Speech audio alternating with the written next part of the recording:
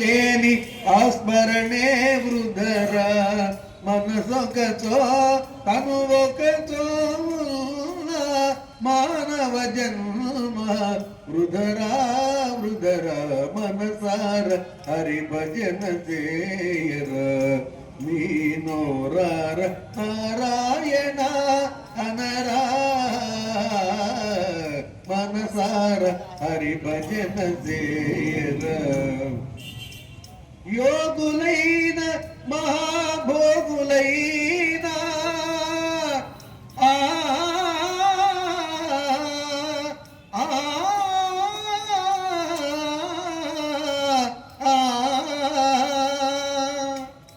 యోగులైన మహాభోగులైన పూర్వజన్మ సుకృతమే పోదురా నారాయణ ఓం నమో నారాయణాయ ఓం నమో నారాయణాయ నారాయణ నీ నామస్మరణ చే నారాయణ నీ నామస్మరణ చే నరకపు బాధలు నాశనమౌర మనసార హరి భజన చేయర నీ నోరార నారాయణ అనరా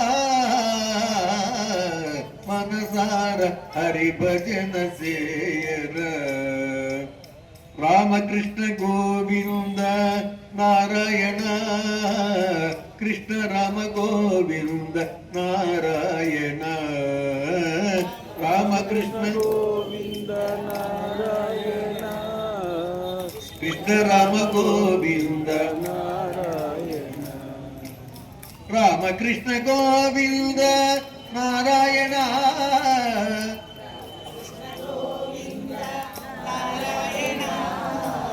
కృష్ణ రామ గోవింద నారాయణ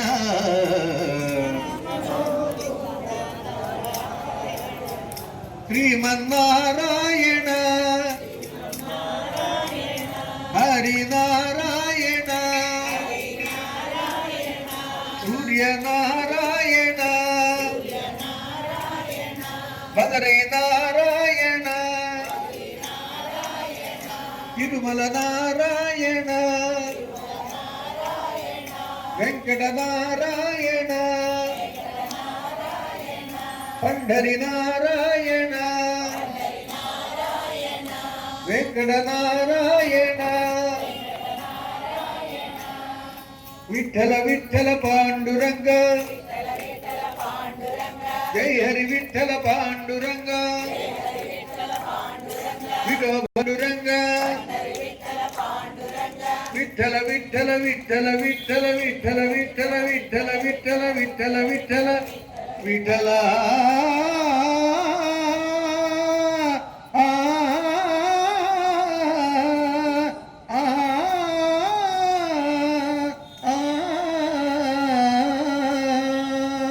జై పాండురంగ విఠలకి పండరీనాథ్కి భద్రాచల వాసు గోవింద జై లక్ష్మీ రమణ గోవింద.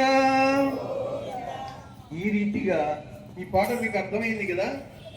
యోగులైన మహాభోగులైన పూర్వ జన్మ సుకృతమే పోదురా నారాయణ నీ నామస్మరణచే నరకపు బాధలు నాశనమవురా. కాబట్టి ఆ రీతిగా గురువులు ఆశ్రమంలో ఉన్నప్పుడు ఈ పిల్లవాళ్ళందరినీ కూడా చేర్చుకుని హరినామస్మరణ ఆ భక్తిని ప్రచారం చేయడం మొదలుపెట్టారు. ఈ పిల్లవాడు ఎందుకు చెప్తున్నాడో వీడికి మాత్రమే ఎలా తెలుసో వాళ్ళకి అర్థం కాదా. వాళ్ళందరికీ డౌట్ వచ్చింది. ఒకరోజు సందేహం కలిగింది. ప్రహ్లాద, నువ్వు కూడా మాతో పాటే స్కూల్లో చేరావు కదా, నీకు ఈ విషయాలన్నీ ఎలా తెలిసింది అని అడిగారు వాళ్ళందరూ. నువ్వు కూడా మాతో పాటే స్కూల్లో చేరావు, నీకు ఇన్ని విషయాలు ఎలా తెలిసినాయి అన్నప్పుడు ప్రహ్లాదు చెప్పాడు, లేదు, మా అమ్మ గర్భంలో ఉన్నప్పుడు నారదుల వారు జ్ఞానోపదేశం చేస్తున్నప్పుడు నేను గర్భంలో ఉండి అంత ఆలకించాను. కాబట్టి అప్పుడు నాకు తెలిసింది జన్మ ఎందుకు వచ్చింది, జన్మను బాపుకోవడానికి ఏం చేయాలి, మన యొక్క తారక మంత్రం ఏమిటి, ఎవరిని ఆరాధించాలి అనేది తల్లి గర్భంలో ఉన్నప్పుడే నేను తెలుసుకున్నాను. కాబట్టి ప్రస్తుతం మనకు